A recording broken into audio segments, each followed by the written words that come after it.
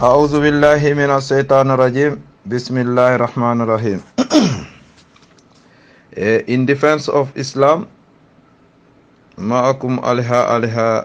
من مملكة العربية السعودية وكل عام وأنتم بالخير.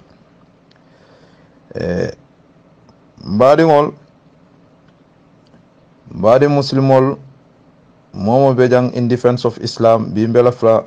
nga ayamaro ke nyoye minna wal al amru bil ma'ruf wa nahyu anil munkar barabita bunda minna walem ta'zimu halfi billah ta'zimu al halfi billah kalo bimbina pour nga nyokono to dia walla bayro abe soniare molbulu bi kunding ibe mojela ay podi aylo jana ay kali soko sayin nka min ta ka ke nganyar langoti ka alqur'ano cika ka kalo ke ni alqur'ano la hani anu mo manyan na alqur'ano damma taala ya kere ate alqur'ano damma ya kere ka kalo ke ala hani imanya na wokela parce que qur'ano ni wo hada qur'an hada sifat min sifatillah qur'ano atabe lorin dula min wo musifatulum ala la sifatolom parce que ala la kalimolom ala la kuma kangolom woto mu sifatol leti ha bare kila la yamaro muslimo ni be kalila isi kalini munela ako isi kalini masatalla la tolla ala to balla isi kali walla ha bimbadi ngol nakacha bina denna nyindulale la inshallah alama ala sinso mantabe ngola woto in defense of Islam mbejang pour karangola nga faale ko from primary school up to high school up to college kata university mba bele kela jam komi nga start nyaming woto mbadi ngol alina nga kafu in defense of Islam pour nga na dino to nyama nyim fasa pour nga long andum fanan ko nga koyndi nyoye mena ustaz bal konto na minu bejang na ustaz ol bejang mini yalon ko alhamdulillah alama ala seso jata kendi yala anin nyato tala anin fana dimbaya sambo fana alama si sonia parce que kuluro mandia woto mbe dwala na ustaz bali na sekhol minu bejang ali fadila sheikh imam ali kante kata sheikh ibrahim jeju abdullahi imam fati Usman Manga, Sheikh Ayub, Ibrahim, Sheikh Daoud, ani momol minu bejang mamin kumandi mbal be dan la Cairo na kateri mi alon ko Sheikh Chebu Cham ba konton na bake momo alama aleso nyato tala ni yata kendi ala mbadi ngol ngana dum mbela flamin pour nga nyo ko indi minna wolem kalo asoni ata bake bi ibe mo jela ay wuli ay qur'ano cika be kalila al qur'ano lan si hakiloto si hakiloto de anen fana ni mo be kalila isi kali fen sabala la wala mo satala la to abe talarin talara sabami yalon ko isi kali no wala isafo wallahi wala isafo billahi wala isafo isafo tallahi abesi keno ha mun kamma ibe o kelale wo mu masatala la tolom ha munatina anata sariyon kono ko mosi kalino bimana isi kalino masatala la tola walam asma'ihi isi kalino fana ala sifato la wala wasifatihi ha bare nak kila la yamaro fana dalilu ala hadha hadis Abdullah ibn Umar radiyallahu anhuma anata yamaro di ako kila sallallahu alaihi wasallam ya banke ko ako anna rasulullah sallallahu alaihi wasallam qal man kana halifan falyahlif billahi aw liyasmut wa fi riwaya al-mu'id ako man kana وفي رواية من كان حالفا فلا يحلف إلا بالله على لكيلا يا بانك عبد الله بن عمر ولني حديثه فيلا علما على الدنيا لما عمرنا أدينو نين ميم عبد الله أكو كيلا صلى الله عليه وسلم يا بانك كو مومو لفتا kakali ako isi kali mansata lala ha ako isi kali mansata lala kumola wa isi kali mansata laye wala yafo billahi mbenyi min fokan mbe tonyale la ha wala yafo wallahi mbe min fokan mbe tonyale la ha wala tallahi mbe min fokan billahi mbe min fokan mbe tonyale la ha ako ni mote kali la mansata lala woto isi de woto ngakali ngam fom ba mala wonten kaloti de ngam fom mfala wonten kaloti de wala ni nga nyinki woto nimba mbasi nimfasi la subhanallah wonten kaloti de wo kaloni alabula wonten kaloti ha ako woto ni momo be kalila isi kali mansata lala ha wo misalo be namin wolem momi yalon ko amsilatu halif bi asma'illahi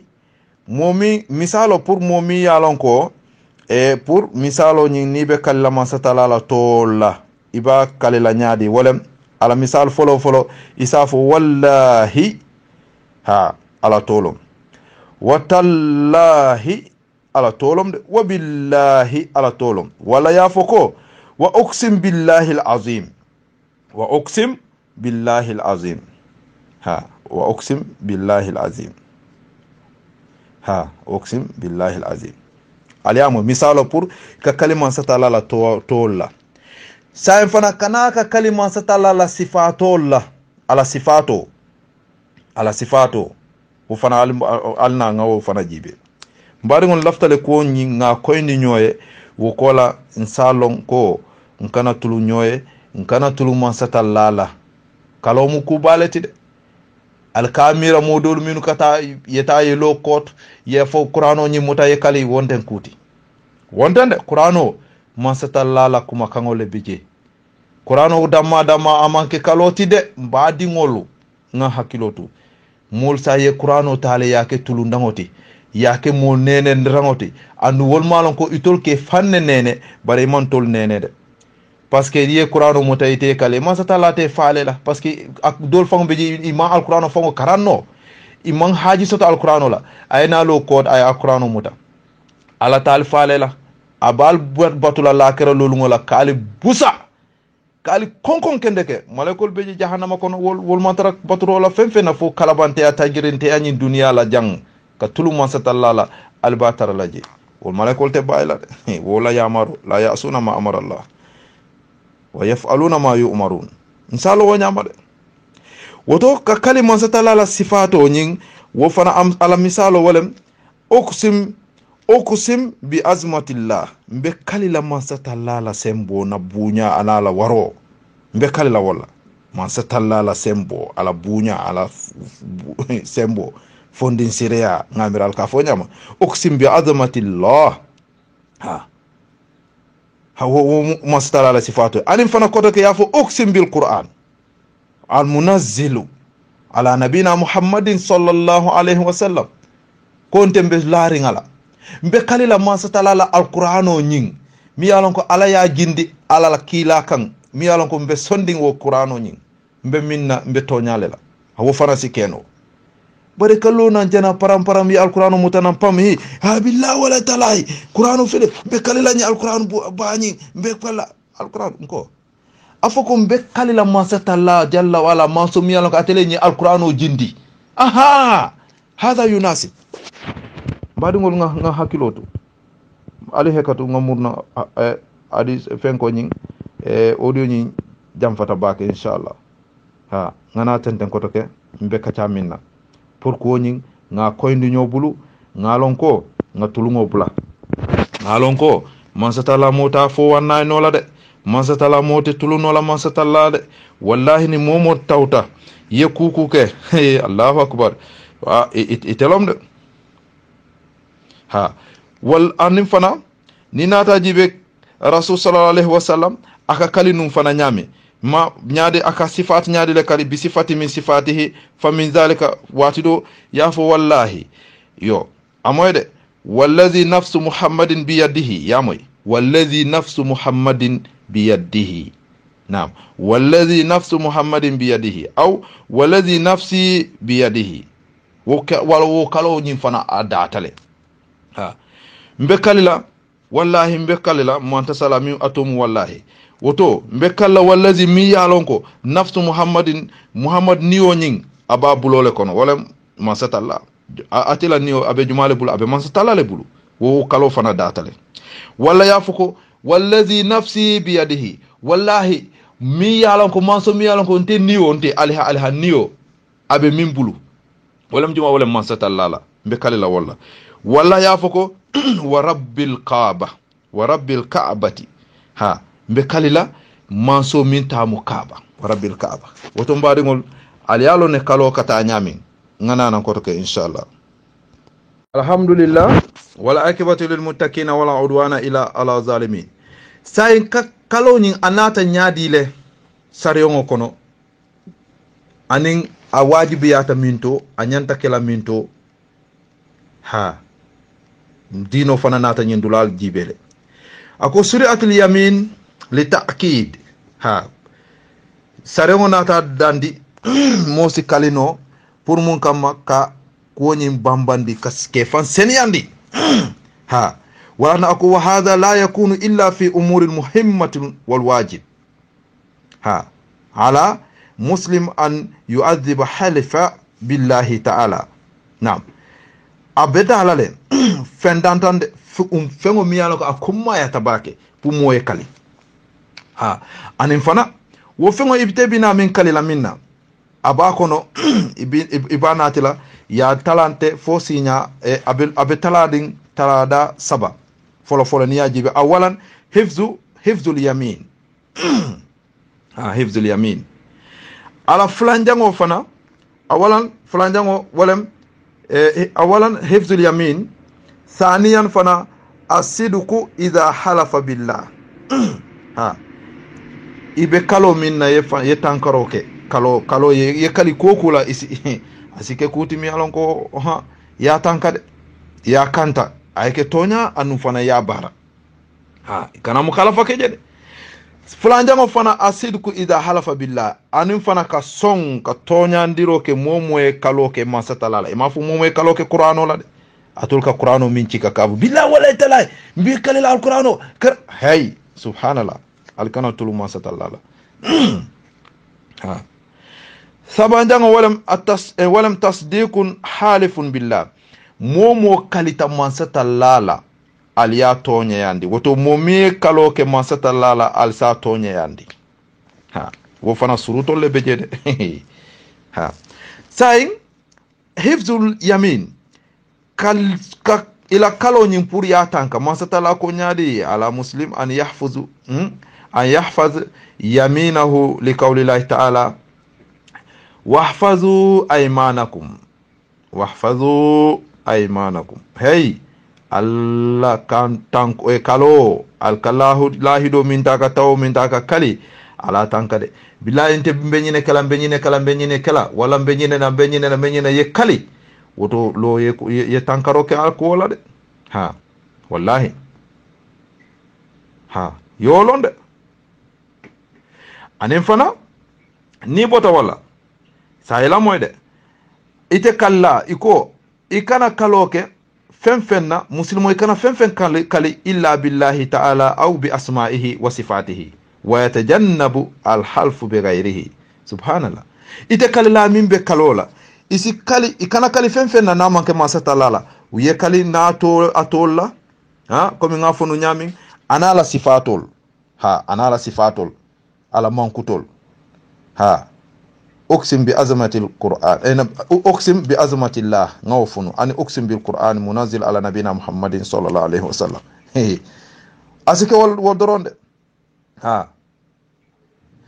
أنا فنا إكنا كموتي من بكاليلا كوكتة من مانك ما ستلالا إكنا أوكي نيو كدرو إكافرياتا إسيكياتا إسي حكيلو تولا ولم فلوني ينا فلان جانو ولم أسيدكو إذا حلف بالله yes tonya yandiroke naka yesong nin kalo binala pour ka kalima satalla yesong ako yajibu alal muslim an yasduka fi jami'i kalamihi walem muslimo e wajibolom de wajibolom ala kumol mume be ayke toñati yetara toña kan de yetara toña kan wala tina ninga modol je itebe lola foye akisku jamale la ite na elo ye kali ko iman ko ite make ye kali abele la ko imake ando akoyte la ko askeno kudo beje yo kele woto on se hakilo tu wala parce que ñin dunia mbe ya maro di la mole muslimo le ko ye momo ye ko ku fo amari de ñi ayo kele ya fo ya jama fo wallahi ate kala fana ika minu fo abe ketale hani wote kala no toñati bara fana ika be mi fo fana fen hani kili manke je wo fana te keno la toñati parce que hana madi ngolom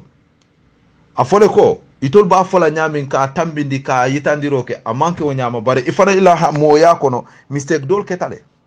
woto abe jawyala itenalo ya alqur'ano muta ya foko billahi wallahi talla kanyini be mi fonte make hani afole ko nyin ha mbe kalila ko ntewo mbe seniare wala make bare kudobe je mi ala ko mun haramadi ngola nasoti ha wod fana be daniro kala alti hekatu wala wo munte la mistake oleti bare yelo ya foko yikol be ite make fo ite mu jumalati dunya e ma mistake soto wote kenola mbadi ngol ate kenola muetara ila baluwo kabiri e balku yata fo fele sanji tan nani wala sanji tan lulu ite mom boy mo ani mola wote kenola tonyati woton si hakilotu kalilal ha nyindula nyin nga chodiro ke mola mi yalon ko ayakele wala tan benyim dula fola ko ate kenola hadamadingo yekol be min foye abe ketale de bara fana ate kenola fana ite hadamadingo e fana yekol be min foye fana hani ku kilin fana domoni man soto je hani wote kenola tonyati nse hakilo tun dol hadamadingo la nse hakilo tu wala ni lota yefandina e ko saite ma hani ku kilin soto hani mistake ndin soto badu ngote kenola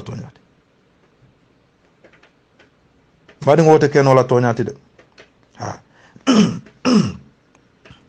wala na ko ite kalala nyin isalog ibe mi ngomi min kala abeke tonyati de ha bere na fi jami kalamihi abeke tonyati ha wa yata'akkar hadha idha halafa billahi ta'ala na'am fa an ibn umar radiyallahu anhuma anna nabi sallallahu alaihi wasallam ako man halafa billahi falyasduq aliamoy parce que munatna ite kalani ite la kaloni ifele ke fam bambandi ka tasbitol ke ka tawkido ke ko ite be minne ibe tonyale la sa en kabir wo keta ikalta kila ko momo kalta masata lala kuola ye kalima sata lala toyala woto amari nyin tain tonya beje alsa tonya amari sitara tonya la woto amari be tonyale la ha bare nak ala moyde ay dandala rokede ako wal kazbu bil yamin haramun ha wa huwa ma'asiyatun kabira ha wa tusamma yamin al kadhiba نعم اليمين الكاذبة نعم اليمين غموس نعم وقد حذر النبي صلى الله عليه وسلم منها فعن عبد الله بن عمر رضي الله عنه أن النبي صلى الله عليه وسلم قال الكبائر الإشراك بالله نعم الكبائر الإشراك بالله وعقوق الوالدين وقتل النفس واليمين غموس اليامي سبحان الله kila sallallahu alaihi wasallam ay nyim bankero ke ko ako faniya la mi yalon ko abe faniyale kono ay kali ako ko de haram ya talede ani fana ala soki balebeje ala soki balebeje nsa hakilo to wala faniya la bal ite ka kali wo faniya kono ala soki balom de nsa hakilo to wala nsa hakilo to akola ha ako wal kadhibu fil yamin haram ako wa huwa ma'ashiyatu kabira wallahi walatina ako kila sallallahu alaihi wasallam ayin fatandiro ke hanamadi ngole ko hadiso nyin an o Abdullah ibn Umar kotoke wala nata ni hadiso nate ko kila ya banke sallallahu alaihi wasallam aka ako junube bal ba man satala la karola wala munna aba kono ako al israku billah fulan kafiya yalon fulan kafali yalon ne mumu fatala ito jahannama direct andu khalidina fiha woto mumu bes fulan kafiya la nga tubo kede anin fana iwulu la hako niyo nakari dorong junube balom nza hakilo tu wala anin mun kotoke anin kamo fa tawnte ya kamma wo fana mari be damala jahannama abadan man katala mu'mina mutaammidan ngalon ne ko fajazahu jahannama nza hakilo tu wala anin juma kotoke junube bal kono anin munna ako wal yaminul ghamus kalila bal mi yalon ko itebe faniyale la ye fam mabo fo ibe fam maskola ye faniya fo ye fam tuneni o faniya fono andun keso teje bod ibe kala dron wala be siari bi nabi jamano la hada aida min khaba'ir zunub badi ngon tesila la man satala la bang kunding ite podi na ilo jana billahi wala talahi be kala alquran wala kereb ya alquran ci kana ya itandi moy munom alquran di hada sifatullah qur'anu mu man satala la kuma kamo kuma kangolom kalima satalla billahi be minna billahi wallahi tallahi ntembe minna benna to nyalila wo wasatale ala ko kila ko momo e kali ala la alsi songala bare nali ali yalong momo mi wo munafiko leti fasikolom fani ala balom ha ate alkana dandi ala ay kaloke hani ha wala kalo abe burhanu le nati la kayita ndala parce que ali yalom fani yalelo amma wo fode bare momi yalon ko allota bi ay kaloke masatala wo ya wasale fula nyango be wolela sa saba nyango bunda saba nyango wala tasdiqun halifun billah mume kalta masatala la alsa to nyandi yajib ala almuslim an yusaddiqa man halafa lahu billahi ta'ala ye momo kalendiro ke momo masatala ya akalta masatala ha alsa to nyandi woto wa yarda bi yaminihi ha walamde anin fana malam alama ako malam yakun ma'rufan bil kadhib ayke moti mi alaka al malum faniyala al malum faniya amanke faniyala tide ha wo mosifa bismillah naam ولاتنا الحديث أقول حديث ابن عمر رضي الله عنه أيضا أن النبي صلى الله عليه وسلم قال أكو من حلف بالله فليصدق ومن حلف له بالله فليرضى ومن لم يرضى بالله فليس من الله سبحان الله أكو مومو ميالونكو أي kaliro ke mansatala akalta mansatala alsa tonya alsi songala ay ke tonyati anin fana ye momo kalindi mansatala fana alsi song alsi song faliyarda asi dunya wala asi lafi asi d'accord wama lam yarda momo manna lafi aman song amari salon ko ateni alantend ateni setano longoto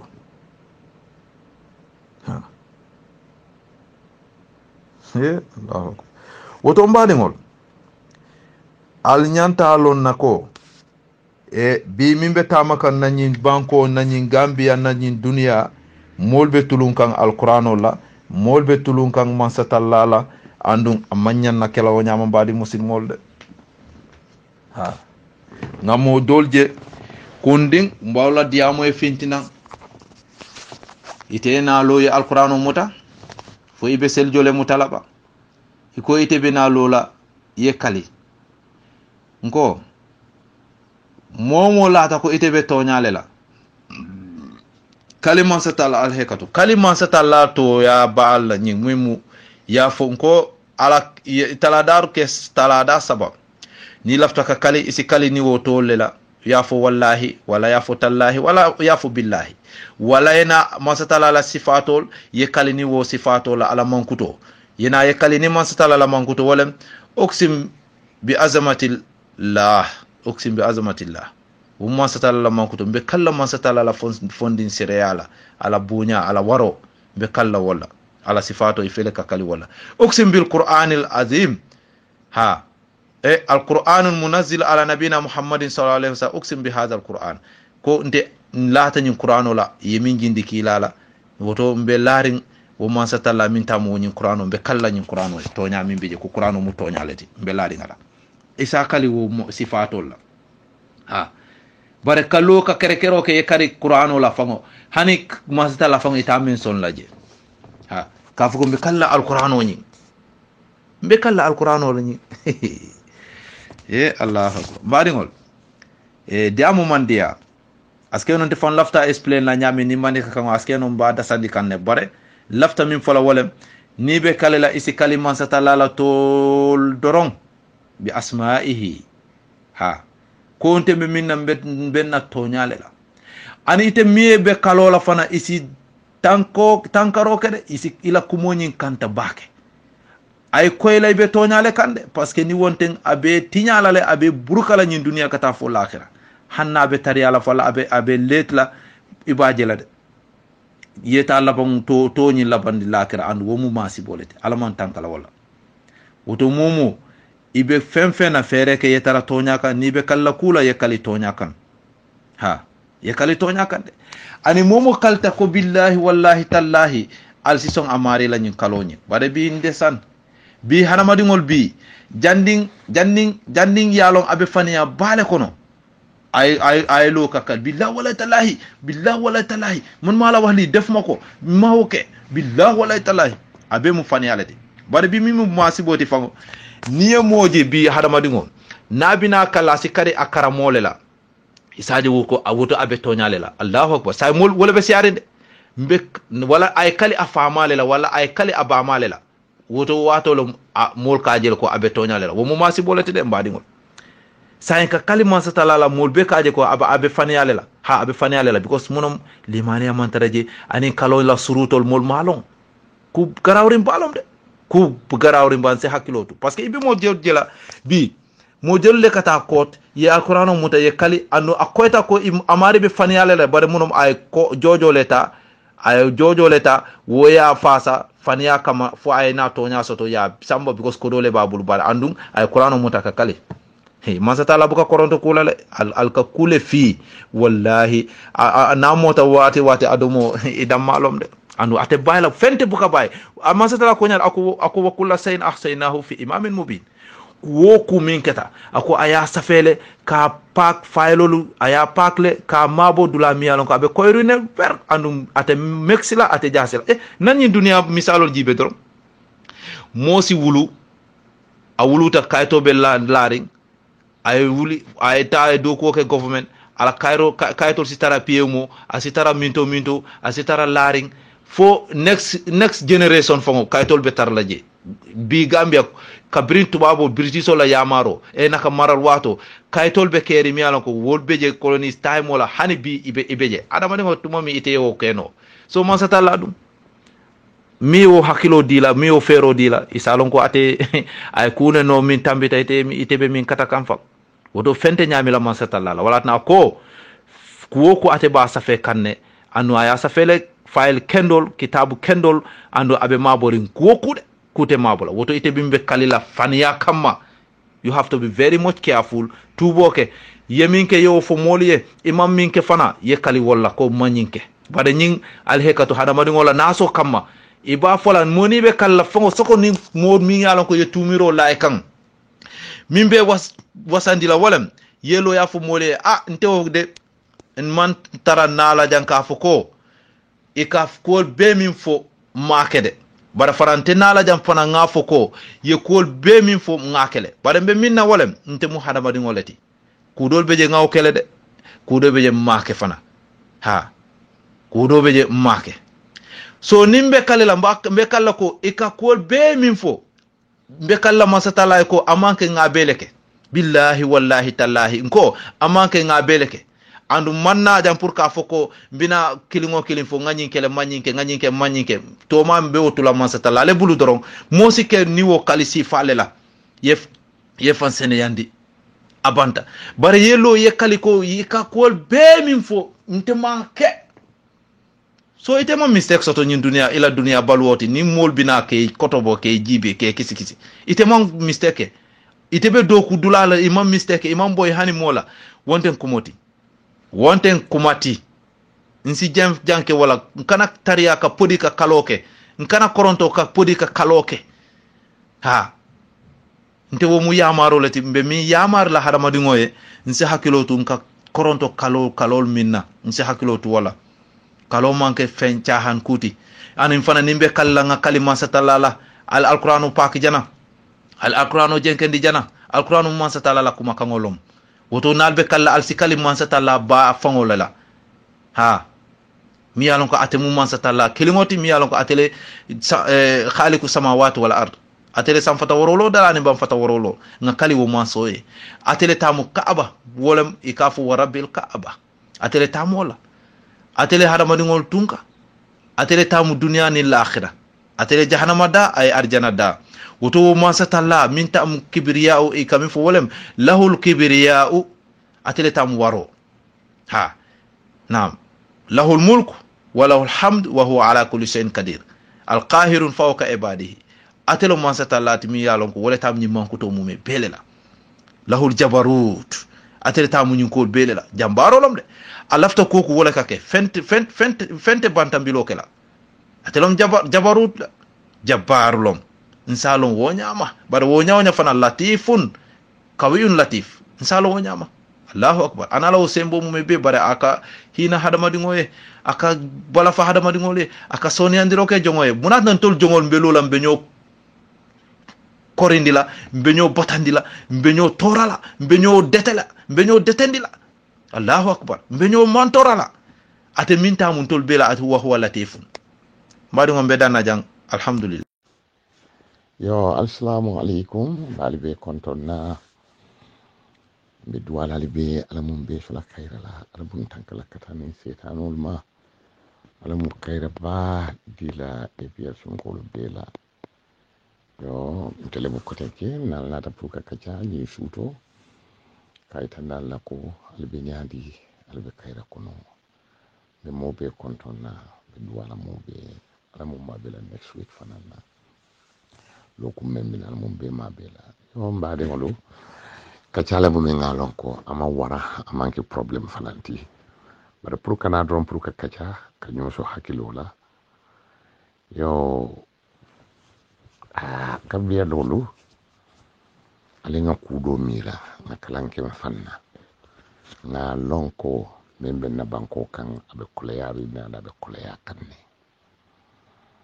yo gambe nolu nalnata je ko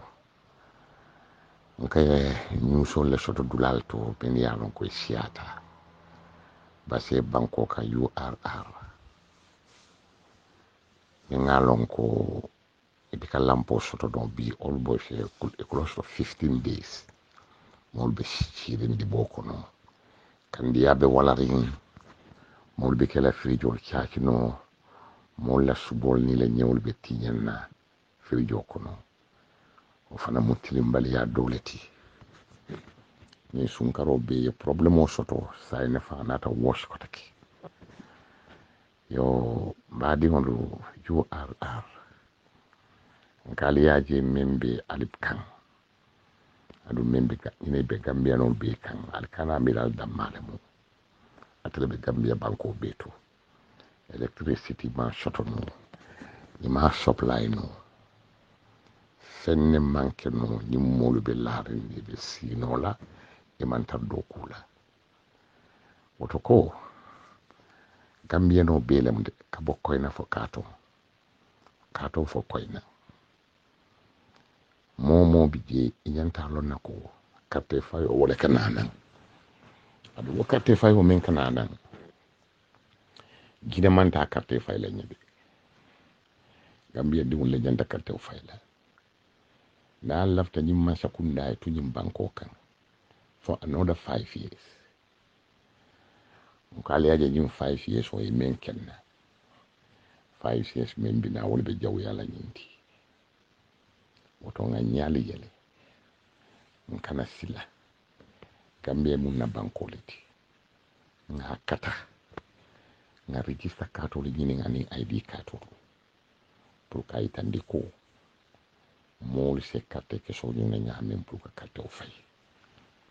bar ni sita ngambulo la nyokan ngeli APRC nko mo jamale bembulu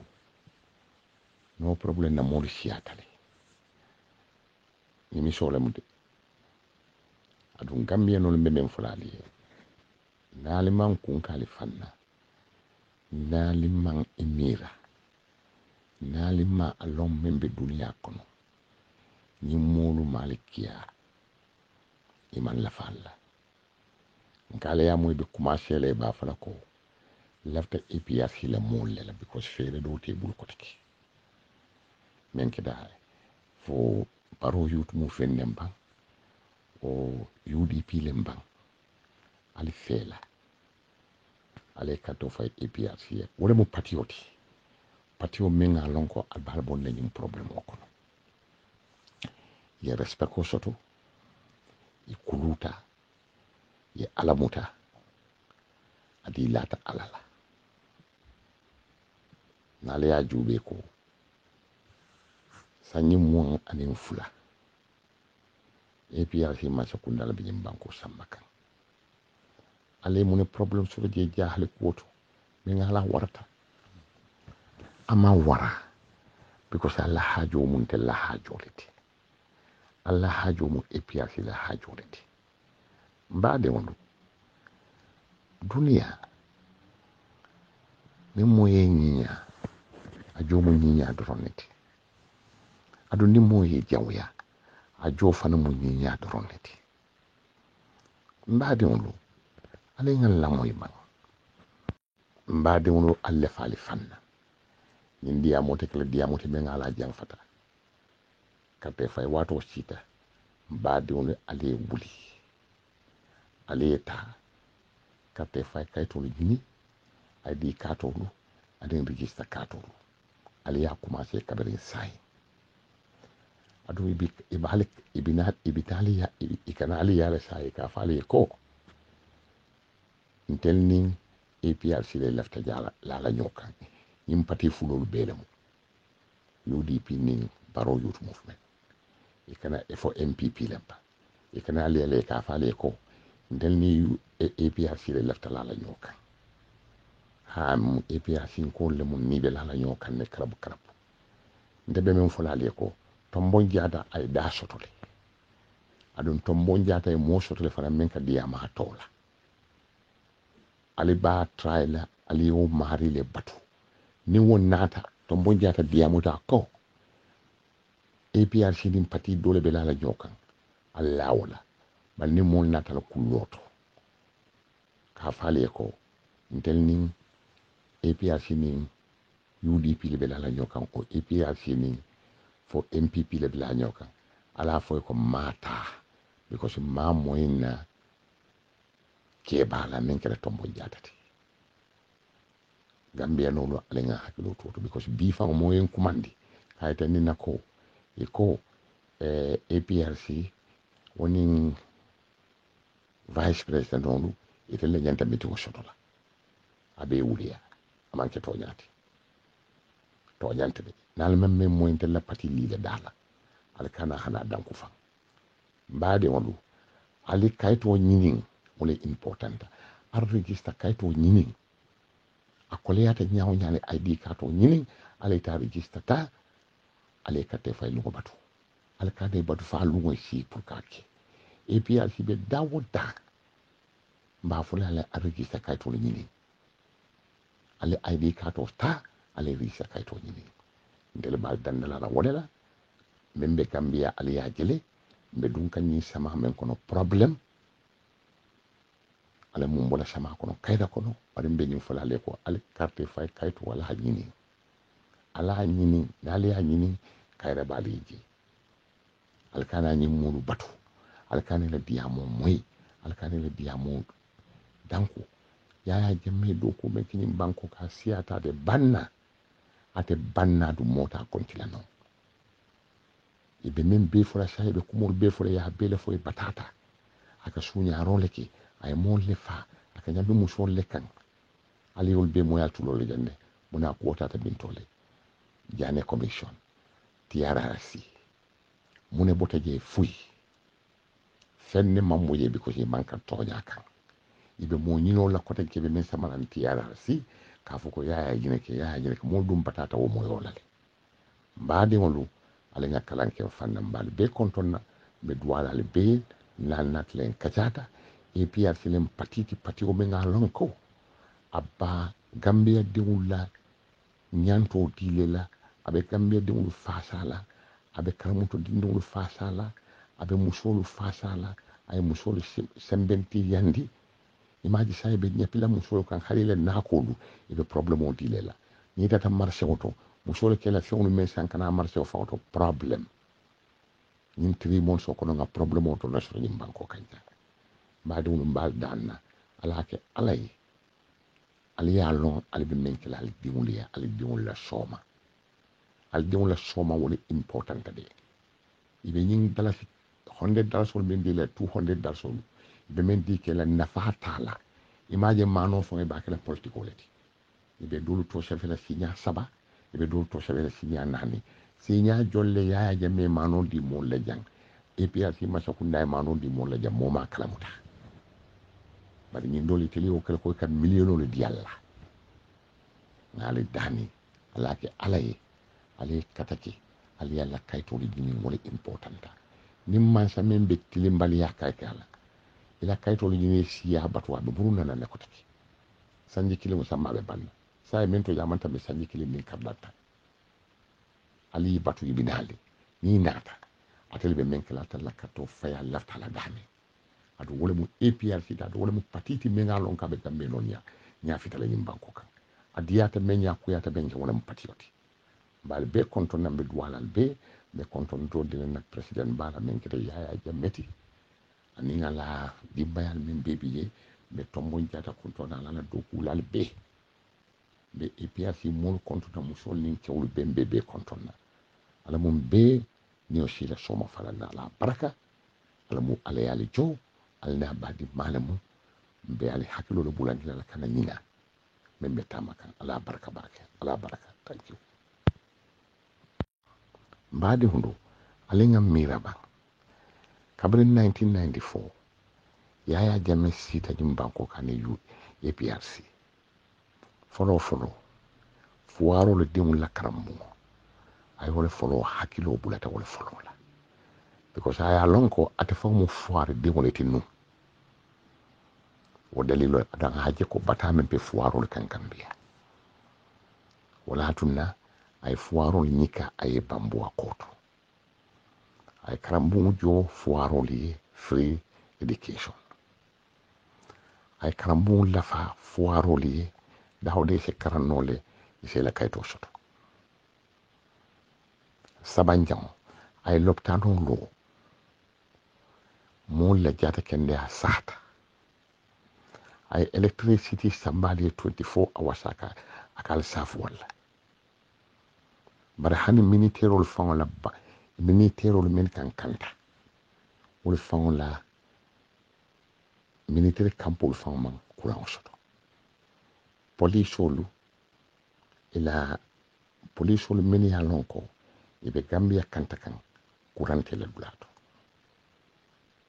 moto fon ta te polisolu budu nindi mba bota faya manon min ka fa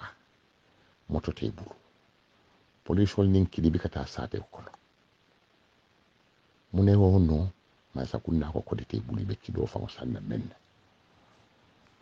moto kodite bulu be moto sanna men loptano lu boritiji karamonto dinnulu e me dakele koto free education o men fambe gambia abota nin kodote bulu e de wote karanna ni mu fuwarote e de mbita sama senole la mari nin 22 years o kono ni sanni mo wan fulo me san tambita fuware din jolle karanta yaya jammela masakunda kono mbade ondo alen kana tulum fanna barola patita bolalla ado UDP ta bolalla e be mu konkotol leti ado nimmobe conquering akono bi ka fa nko yaje bu nyawlo yem bu ko dal sang america ya ko dal sang senegal ya ko dal sang england ya ko dal sang guinea bissau banko dawde ko dalle sanji bari atlebe lore albe wuri kan albe wurle noma yale muta ko ale man kendeya ko ale ne ke mira baade wondu alla faali fanna